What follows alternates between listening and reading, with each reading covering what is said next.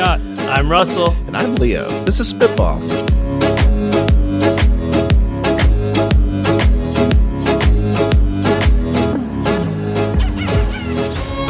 Welcome to Spitball, the pitching kitchen, where three lovable scamps, that's us, empty their heads of any startup and tech product ideas that we have stuck up in here, so you can all have them for free. Anything we say is yours to keep. And this week is a special week because it is our first episode with a guest. Please welcome to the podcast, Miss Stephanie. Hey, it's Steph. Welcome. We're so happy to have you. This is going to be a lot of fun. Steph and I work together in an IT department, and we are constantly throwing ideas back and forth about things that we wish existed, websites and startups and all that. We think we're going to have fun today. All right, Scott, you're up first this week. What's up? What do you got? Okay, so this is one that my wife and I thought of a couple days ago, and I haven't been able to stop thinking about it. We were out at a bar, and we had biked there, and as we were biking home, we played a game. We kind of like rode onto a basketball court at a school, and we were just kind of winding around the hoops there. And we had also just previously watched the movie Top Gun the other day, like the new one. And as we're doing it, we're a little inebriated, and we're pretending that we are both fighter planes trying to shoot down the other person on bikes, like every kid has ever done. And how we were doing it, though, is like if I got behind you and you're in my sights, and I would start counting as fast as I could to 20, like 1, 2, 3, 4, 5, 6, 7, 8, whatever. The first one to hit 20, and you count up from wherever you left off, would have shot down the other person. Sure. And it was a fucking blast. It was so much fun, probably because we were drunk, but I can't stop thinking about how I would do hardware for this. Sure. And could you actually make this into a quick, simple piece of hardware that you could place on a bike, Bluetooth connected to your phone, and then have whatever features on there? Like picture an IR sensor pointed just directly forward, and then a receiver that gives you 360 around you, so you can be shot from any side, but you can only shoot your IR signal out front. And every blast of IR would just be specific to whatever piece of hardware, so it knows who it's going to. And then picture like a like something to actually hold your physical phone, so you can clip it on your front handlebars, and it has all your screen, like your health or your ammo count or whatever, and with a simple button to shoot.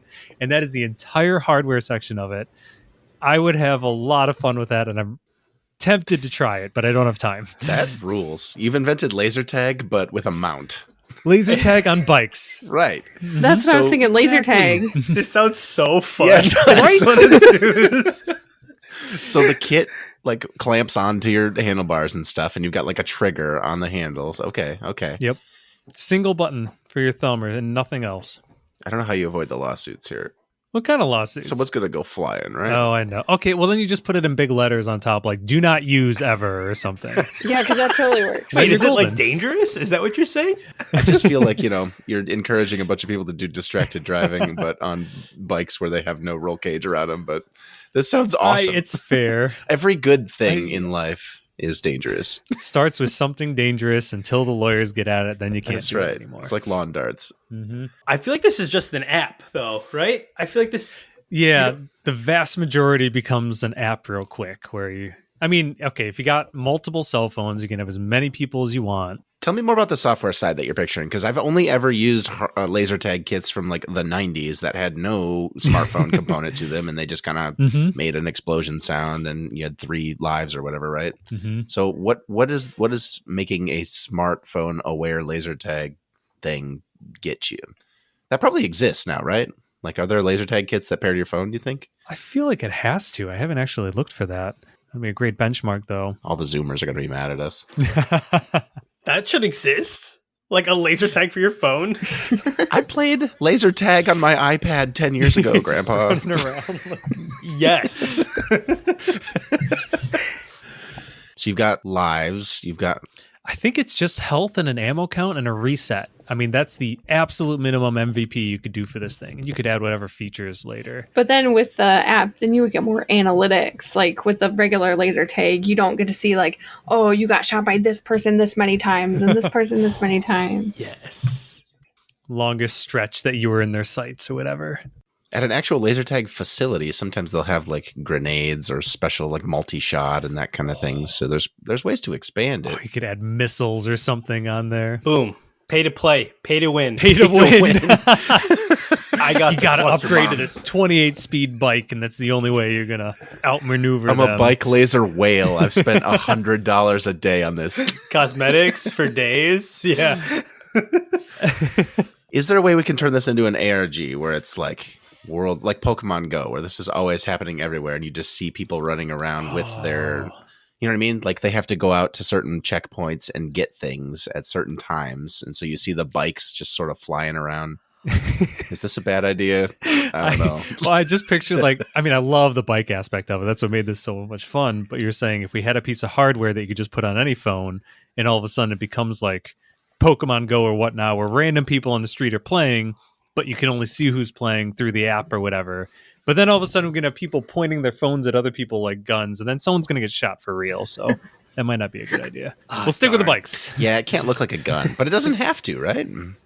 That's the cool part about this is you maybe have some sort of like flag or denote some way to say, oh, I'm playing this game on my bike or whatever. Or maybe you'd even know with the hardware strapped to it.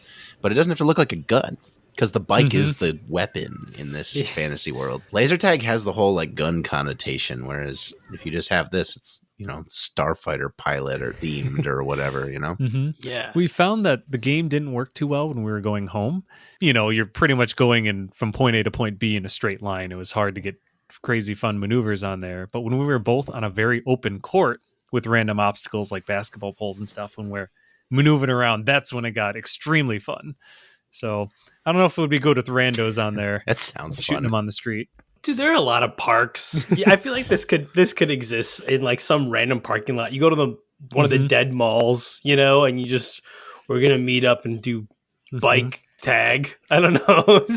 Well, it'd be because like in the neighborhood near us, they've been doing like Nerf wars. And they invite all the neighborhood kids and they come do a Nerf war. Well, this would be the adult version. Love that. Totally. Adult version. Well, Our yeah, Nerf as war's I not said the it, I was adult like, well, why can't adults have Nerf wars too? But Heck yeah. So we they just got to should. make it a drinking game. That's all. You get shot down and take a shot, move back. I mean, what if you brought like paintball, like dying paintball facilities, and you're just like, all right, add bikes. What if we just put a gun on the front of the bike? It's just paintball. There's no app or anything. You have like an actual paintball gun on your bike. You know, we don't even That's need fun. bikes. Guys just want to go play paintball. Well, like You're all wearing helmets anyway, right? Of course. It's safe. you can still mount it to the front, right? So you can't like be, you know, side shooting or something, but like you can still have like the same wing, like fighter pilot aspect, right? So it's just mounted to the actual bike. Yep. Dude, that'd be, I mean, not paintball. Okay, replace paintball with Nerf darts, you know, replace paintball with Nerf balls. And you got a kid-friendly version, right? That would Airsoft, be pretty cool. right? Just a full launcher on the front of some kind. Orbeez.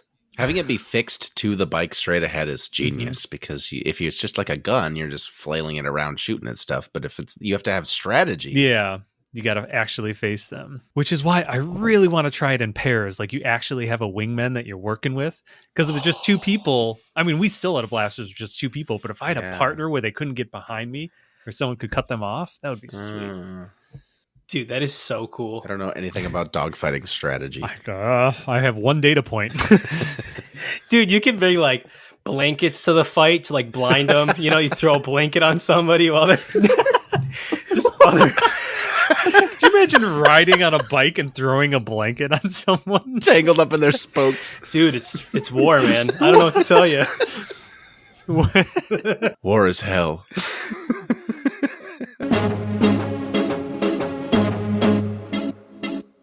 All right, Leo, what you got? All right, so this is something that I've actually built an MVP for and have in my personal life that I need to, I don't know, vet against you guys and get feedback on and maybe expand into mass production or have someone else take it and run with it. So Amazon has gone through a phase a couple of years ago where they made Alexa accessories for everybody. So like for every possible thing that you could glue a computer in, they had like the Alexa microwave and the smart whatever, right?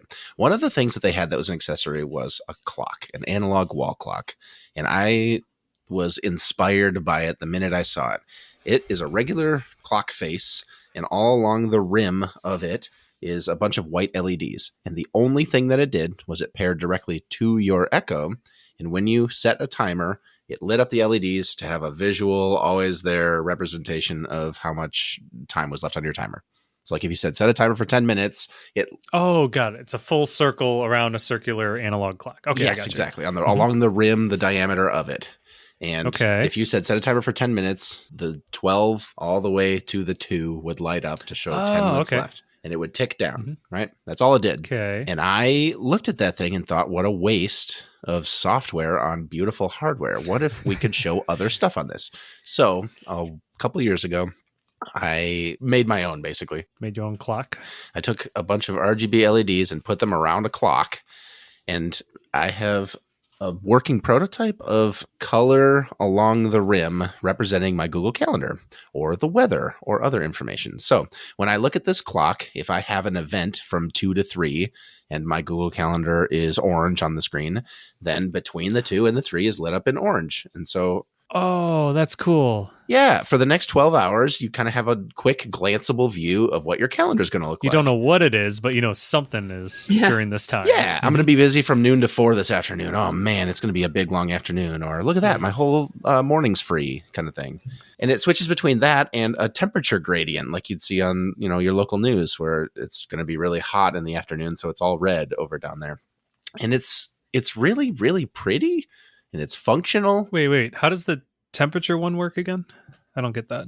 So it shows the next 12 hours, wherever the hour hand is now. Oh, every LED lights up with every single one of them is lit the up. correct color according to temperature. And it's a spectrum from like dark purple all the way through blue to green to yellow, orange, and red for how cold or hot it will be at that moment. Whoa. So you just kind of end up with like a yellow to orange to red to orange again. Oh, it's going to be pretty hot in the next few hours. Does temperature fluctuate that? I guess it does, yeah. And you could...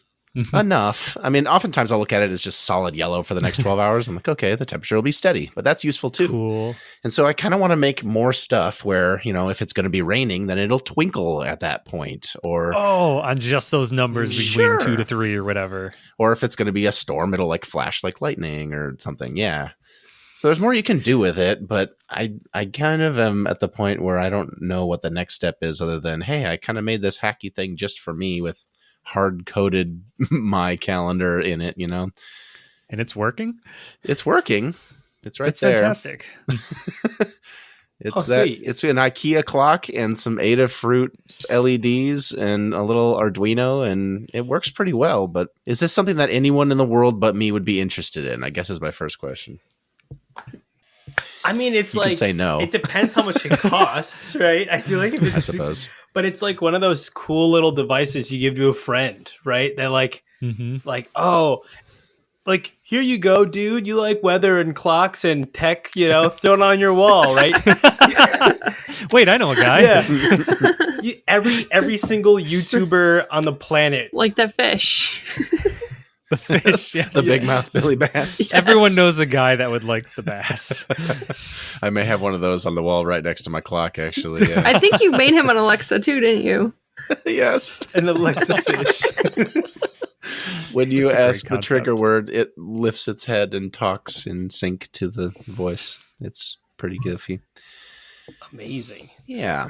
So that's my pitch. Is it one ring of LEDs or multi-ring? Right now, it's just one ring, and there's 5 LEDs per hour. So you could have it be more of a strip if it was nicer, or maybe even multiple. Like if you had... Right now, if I have an event from 2 to 4, and my wife has an event from 3 to 5, the overlap is like a mix between the colors. So if I was red and she was blue, then it's purple in the middle.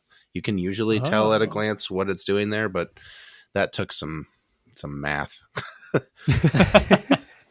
Yeah, I feel like if you could pick like 3 rings, that you would have one be the calendar, one be the weather temperature, and then the next would be like if it's raining. That's a good idea. That's where my head goes. Or you create like, how they have that in the bar graph thing where the temperature increases over time. On the Apple weather app, like Night Sky does this. You show dark sky. Dark sky. It increases. It goes closer to the ring the larger ring and down as temperature increases and decreases. So would you have it like, is the x-axis for that in the middle? So it's like a wave that's going out farther from the middle and then back in when it's getting hotter or colder? Yes. Oh, that's interesting. Yes. Yeah. You almost need like a full LCD or OLED screen behind it to do something like that. Just put an iPad up there and then we'll have all the pixels we need. Let's just make an Apple Watch with magnifying glass, or a Fitbit, Then you can make your own watch faces. Magnifying glass. Why don't I just tape the Google Calendar app on a tablet to my wall and then I can see it all the time? Yeah. No, that'll look ugly as hell.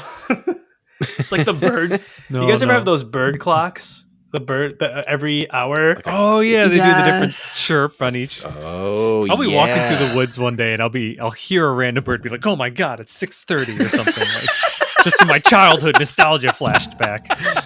I'm at Grandpa's house. Exactly. No, there was somebody and they had a bird clock and I didn't know it. And I'm like, "Where's this bird?" He's very on the hour. Just leave it in a drawer. There's something trapped in the wall. Yeah. Dude, that's what you got to add, Leo. You can bring back the analog bird clock, the bird clock for your grandpa, your dad, Gen Z bird clock. That's it, right?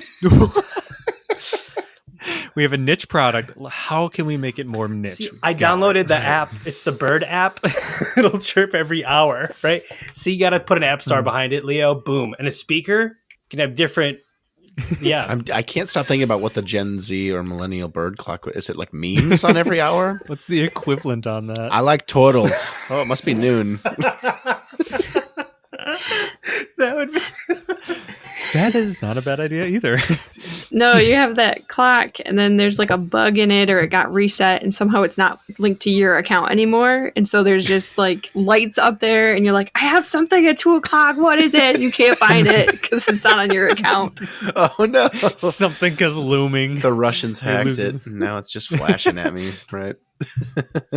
I really do like the idea of just one or two rings around it. The simplicity of this is what makes it so good. Like, oh, I'm watching your clock twirl in the background. That's so cool. Yeah, The every LED 15 rings. seconds it switches and it does a little animation between the two. And it's been, something that I kind of worked on for a while and haven't touched again. And I look at it every day, but I love it though. I keep thinking, what are other pieces of data that live on a timeline that I could visualize? Like for the next 12 hours, the temperature, my calendar. The fact that you got your work schedule on there plus weather, like that's awesome. Yeah. I don't know. I think that is plenty right now as an MVP to go to market with. I think it's an app store. Why think of it yourself, Oh, Just let other people yeah. make the cuckoo clock sound or the, the grandfather clock and just have people Totally. come up with their own ideas. And maybe I don't go to IKEA and hot glue LEDs to the back of clocks that they sell anymore, but I actually get it manufactured somewhere. Well, now that it's on this podcast, if someone else wants to take it and productize it, I won't be mad. Got to show us though. But maybe I'll open source what I have so far or something. Everything said on this podcast is copyrighted by Spitball. We made it 3 episodes in before we're super protective over ideas now. Just saying, we're going to sue you if you're famous. Episode 1, we're like, anyone can have this, but episode 3, we will send our lawyers. We're starting to like No, our we just need a ideas now. royalty. I just want a royalty. Just a royalty. Just 10%. A free clock, right? $1 a unit. Venmo us what you think is fair. I don't know how well that Amazon clock sold, but maybe I could just buy their extra inventory and flash their firmware, Scratch off the logo on the back and call it mine. That's interesting. I wonder if you could do that. If you could just straight up reflash it on there. It might just be an ESP32. All the hardware's there. Or Arduino or something. I don't know. I don't think they're colored, but you can make something. Yeah, let's go look it up. We'll Worth find some Amazon warehouse bins, the the dump Right. bins, and start buying clocks. All right, Steph, you're up. What do you got? So, coming from the Midwest, we have lots of snow all the time. Well, you're always pushing it and shoveling it. And there was a really big snowstorm a couple years ago, and there was no place for the snow to go. Like, we were out of space. You couldn't even see my neighbors because the pile of snow was like 8 feet high, and it's like a 10-foot strip of grass between our 2 yards, and we both just snowblowed together on top of the one pile between our houses, and there was just too much, and it had nowhere to go. And so I thought, well, snow in frozen form has huge volume, but melted, it would take up a tiny bit of space. Okay. So what if you could shovel your snow onto this snow melter platform down at the end of the road that would drain into the storm drain? Then you would have no more snow. That's brilliant. So like a giant tarp or something, some material and spot that you shovel onto. Okay. What happens to in-storm drains in the winter? Do those just freeze up or do they still work? Do they freeze since they're I underground? feel like I should know this. I know. They're underground. Like they say, if you don't want your pipes to freeze, to have like a pencil of water flowing, then it won't sure. freeze. So I think storm drains don't freeze because they're always just flowing. Oh, that makes sense. Like some creeks. And so I'm picturing like a 2x4 heated plate or something that you would push the snow onto, and then it would melt and then go down the drain.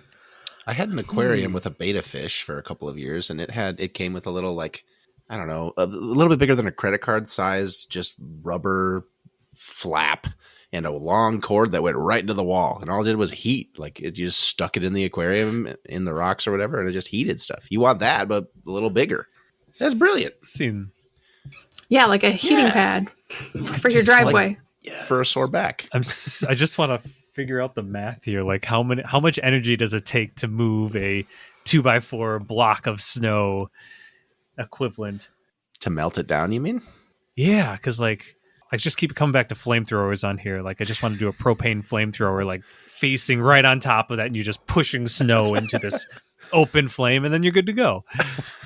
1 can an hour or something, or 1 can 5 minutes. Yeah, you could have like a snow box, and then you have the flames come down from the front, and you would push it into the box. The flames would come down and melt it. And, I figured this was just a slow thing. So like you at the end of the driveway here in the Midwest, we have these awful like icebergs that form. But if you just had like a strip all the way along it, it doesn't have to melt it in a couple of minutes. It could be like I push it onto there, and then over the night or over the day, it just sort of slowly melts it. That might be the thing, because if it's like an energy thing, right? Like I can see like it costing a ton of electricity or whatever, right? Maybe there's like, when it's really hot out or like 32 degrees, snow could melt, right? If you maybe put a tarp over it or like some sort of like passive heating thing. Totally.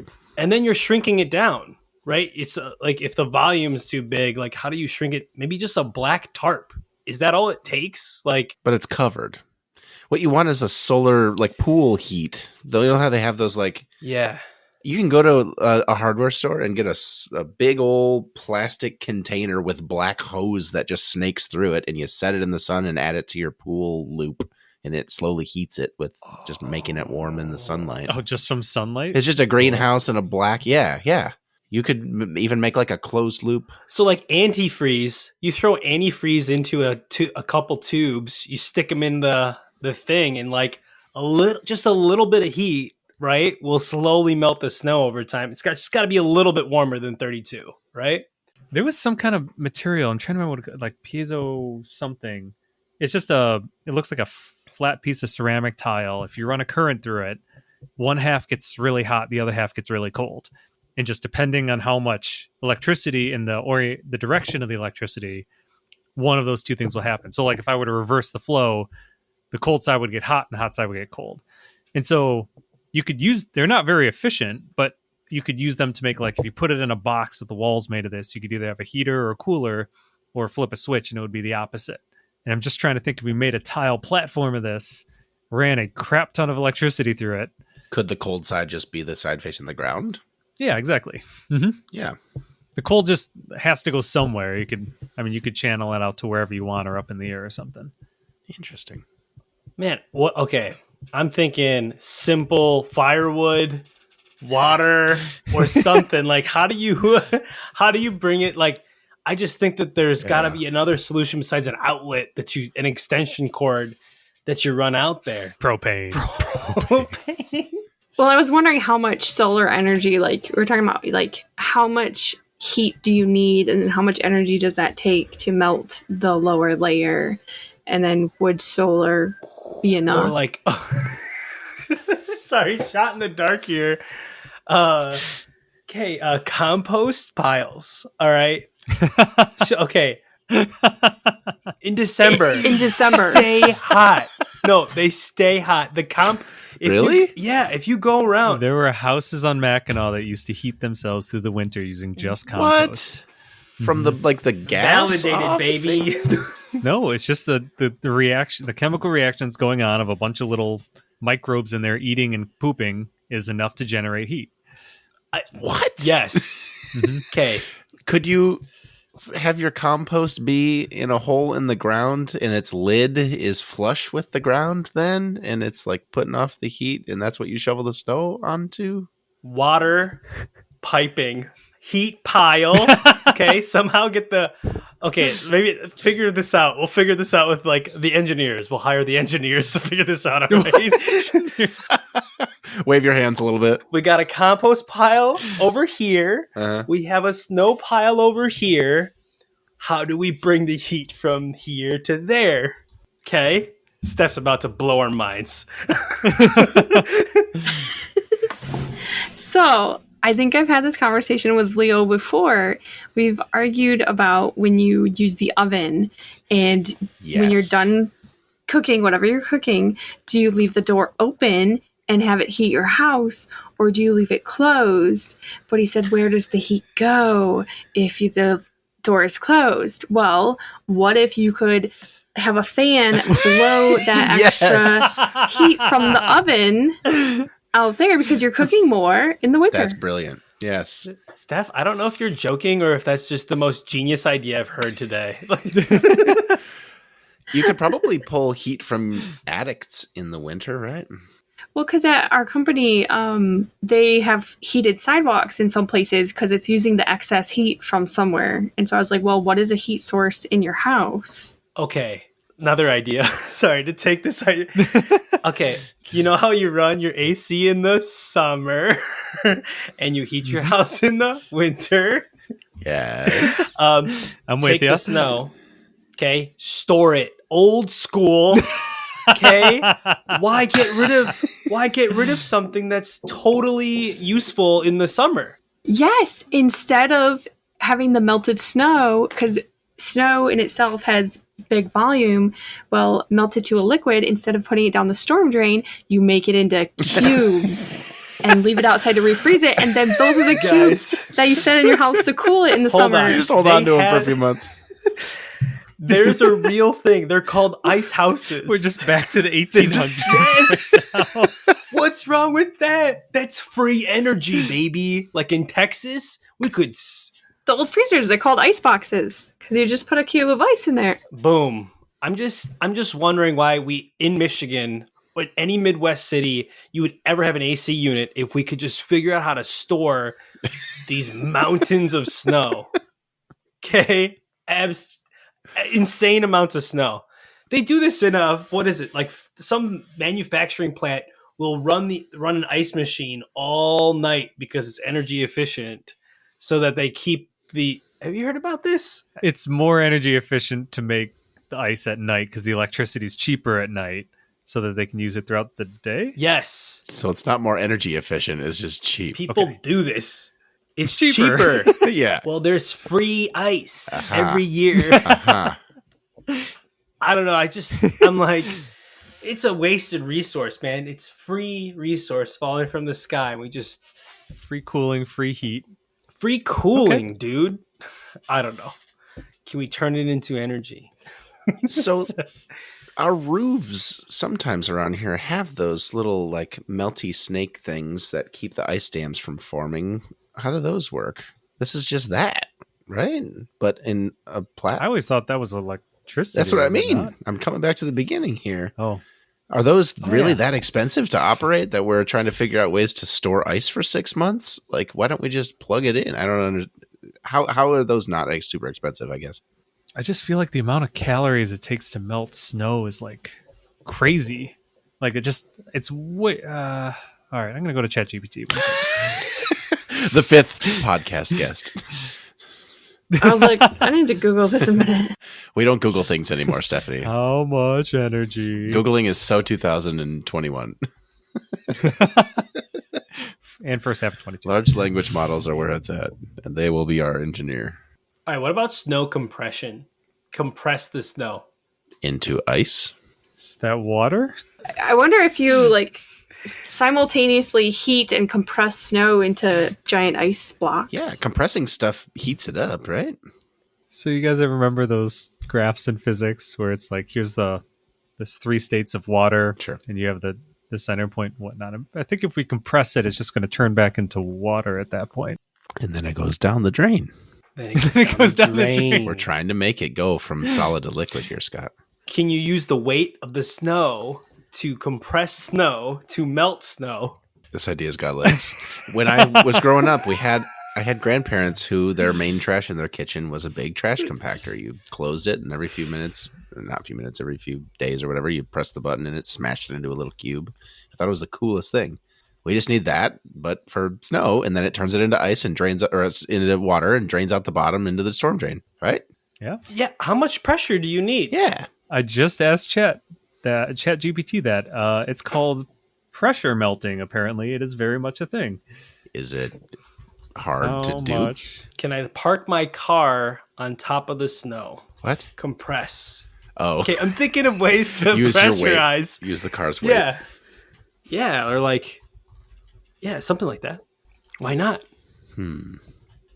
So your whole driveway is a big pad. You shovel the snow. What? Yeah. Like, what if you, I don't know, instead of. All right, here we go. I got it. Car-sized box. Okay. Car-sized box. When you're not in your driveway, it is up at ground level. One of the sides of the box is ramp. You shovel all of the snow into that, drive up onto box, which pushes it down and compresses it and liquidizes it, and then it goes through your house's plumbing out to the sewer lines.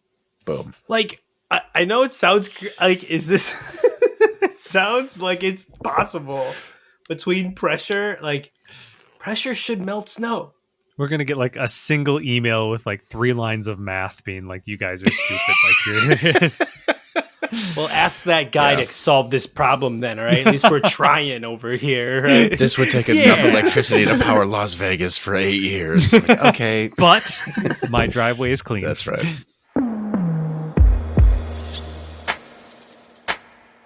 All right, Russell, let's see what you've got now. All right. So I'm going to do a dating app, I think, again. Hell yeah. Russell's Love Corner. Man.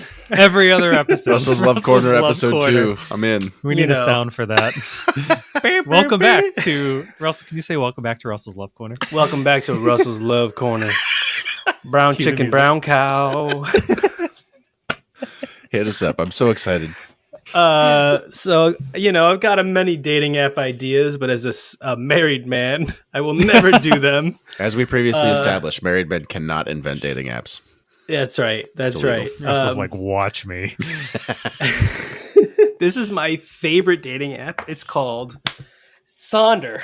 Okay. If anybody's seen, there's like this viral YouTube video about how you pass people all the time and their lives are just so intrinsically complex, like your own, I don't know, this deep BS that tells people like, hey, when you pass somebody on the road, like especially in a major city, it's just kind of crazy how that person that you'll never see again is going to live their entire life and you will never see them again. All right. Okay. So the dating app, all right, takes that concept and says, all right, whenever you pass people that are single and on the app, you kind of match, right? It's a light match. You don't actually get to know each other. It's just a light match. And the more instances where you're passing people, you get more hits, right? And eventually, the more hits you get with people, the more likely you are to match with them. This is a concept that actually Nintendo DS Street did. Pass. That's what I was thinking of too. The street. I don't know what this is. It's insane. If you had your Nintendo DS in your pocket and you walked by another person that had a Nintendo DS in their pocket, you would exchange information and like get points and like special prizes and stuff in your game, right? And it was sick. You could. What was also crazy is if you went to like certain Wi-Fi hotspots, right? You would pass with multiple people at that Wi-Fi hotspot. And so basically now this dating app is not a swipe and it's matching with people that do similar stuff as you that you would normally pass by in life. Oh, so I'm putting all my interests on here ahead of time. Like I like sailing or I like No. whatever. No, okay. You are living your best life and Yes. connecting to Wi-Fi hotspots and you're passing by other people's phones, right? Yep. And every time So if you and some other girl go to the same Kroger every week, it'll match you. and you just miss each other like by 1 minute. Oh. Like, let's say you go on the same commute every day to nearly the same spot, to the same gym, but you're always off by 1 hour, right? Talk about that one small town girl living in a lonely world. Like, imagine you just missed that your life partner because you take the train 10 minutes after them. You go to the gym Whoa. 1 hour after them, right? But you have like the perfect life together. This app would solve that through Wi-Fi hotspots and passing by people.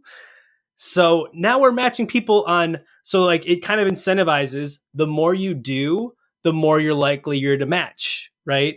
So if you go to concerts, you go to events, and how cool would it be if 10 years down the road, you're like, whoa, I matched with you. We've passed each other 100 times Whoa. and never saw each other until this moment, right? Until we started having the, like, this goes beyond dating app almost. This is like cool for life. Yeah. Also, like, Mhm. I would love to like have a friend that I meet down the road. I'm like, whoa, let's see if we pass each other like 1,000,000 times. Like, I don't know. Like, but all I have to say is I feel like the dating app version would be way cool because it just matches people more authentically, right?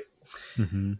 That's it. I love this. So I need to credit a guy named Channon, Channon Perry, who wrote a blog post last fall, actually about a year ago today in August of 2022. This person took their Google history, their location history, which they had about 10 years worth of, and their partners, and they overlapped it and did a bunch of math in Python. Whoa. And learned that before they met, they had 33 times that they were within 100 meters of each other, and talked about like there were 2,700 something coordinates that were both recorded at the same point in time, but it only lasted for a moment. I was at university. They were working near at the time and stuff, but here were the 33 near misses, and over here at this spot over here, it happened many times and stuff. I'll put the link in the show notes, but this exact idea, you could even leverage Google's existing location history, so you don't have to like start from ground zero and begin, but even say just like straight up import it. yeah, you begin your journey in your cool new app by importing where you've been for the last 10 years. Yeah. Oh, And that's see how many cool. near misses you've already had with people. It's like time hop, but time travel. Time hop, but with friends. Time hop with friends. Yeah. And distances, right? Like in geography. Strangers. Time hop with strangers. Yeah. Dude, that'd be so cool. That would be really cool. Even outside of dating apps, like I'd love to see that for random people. Like, have we ever met before? Do I? You always hear those stories of like, wow, I'm in the background of my now wife's Disney photos when they were on vacation or whatever. Yeah, Mhm. there's probably way When more they're of that. both like 8 years old, Right. Or something. Mm-hmm. When it's harder to fake because you can put on your Tinder profile like, oh, I like reading and biking, but this is actually like, okay, are they actually going out biking or Do you like hiking? Have you been hiking? or like, oh, my GPS says you haven't left your house in 4 weeks. Like, You'd be perfect for this person, Right. though. They I'll live be next door. honest. They never leave their house. What helped inspire this app is because I know, as I said before, my wife's friends are very single. Any guys living on the, listening to this podcast, I got some hookups. They don't. Tweet us. Sometimes they don't leave the house. Sometimes they don't do anything, and I'm like, oh, so your chances of meeting anybody are 0? And they're like, oh, they don't want to be on any dating apps. Oh, well, then your chances are like -0. Well, then here's Sonder. Right? Yeah, exactly. Here's Sonder. Don't do anything. Just run the app on your phone, and you will find your perfect match just by living your life. Right? I don't know, like. Well, hopefully, right? Do something, walk your dog, go to the dog park. I don't know, anything. And you will get matches with people that do similar things that you do. And now your first date is something you already do. Like, you don't have to figure it out, right? Or you at least have stuff to talk about. Oh, man, you also once a month go over to the whatever. I remember going over there recently, too. Yeah. Oh, wow. I didn't even think about that. This is great. Man. We have the same chiropractor.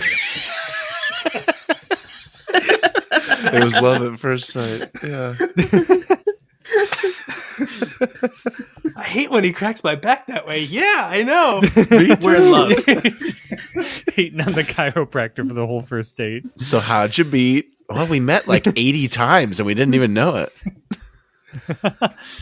I like this, Russell. This is really cool. fun. It's my favorite idea. That I will never launch. Like, this is like, but hopefully somebody does, so I can just install it on my phone and then be done with my life. Can you make this so I can have Or the it? friend version, right? Not the dating app version, right? Yeah, just I want to meet new people. That's great. Yeah. Oh, you don't want to have an affair? Okay. Got it. Please, affair free. Can I have the affair free version? It's now It's affair $10 a month. No affairs. It's just sorry, married men and women, right? The terms and conditions are going to be very confusing on that. So kind of like that, where you're talking about location-based alerts and communication is, I was wondering when you started to talk if it would have been you are somewhere and it alerts you that someone single is nearby. I'm like, would it tell you who it is, or would it just be like, oh, someone single is nearby? Just chat up everyone. You know? I could see an entire YouTube channel dedicated to guys getting that notification on their phone and just be like looking up like groundhogs all around them. I would watch that all day, a compilation of that.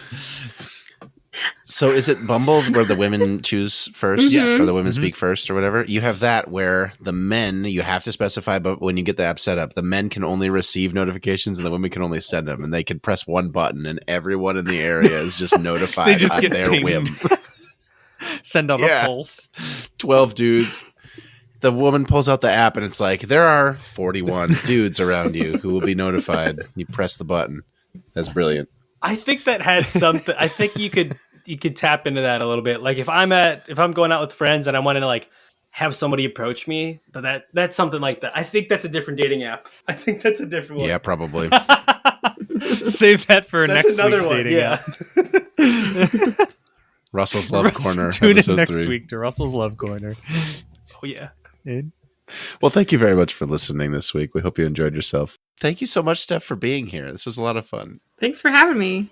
Our website is spitball.show. We would love to hear from y'all. Seriously, please email us feedback, comments, ideas, things that you've done with the ideas at podcast@spitball.show. Follow us on social media. We're at the Spitball Show on X, Twitter, whatever it is now. I don't like the way that felt. And at podcast@spitball.show on the Fediverse, such as Mastodon. Our subreddit, for as long as that continues to exist as well, is r/Spitball Show. Our intro-outro music is Swingers by Bonkers Beat Club. Please, you're listening on a podcast app. If you wouldn't mind, fire it up. Look at that. If there's a button to subscribe or rate or follow or something on the podcast, we would love to have it. 5-star reviews on Apple Podcasts are the best way that people find out about podcasts. So we're striving for it. If you wouldn't mind, a new episode is out next month. We will see you then.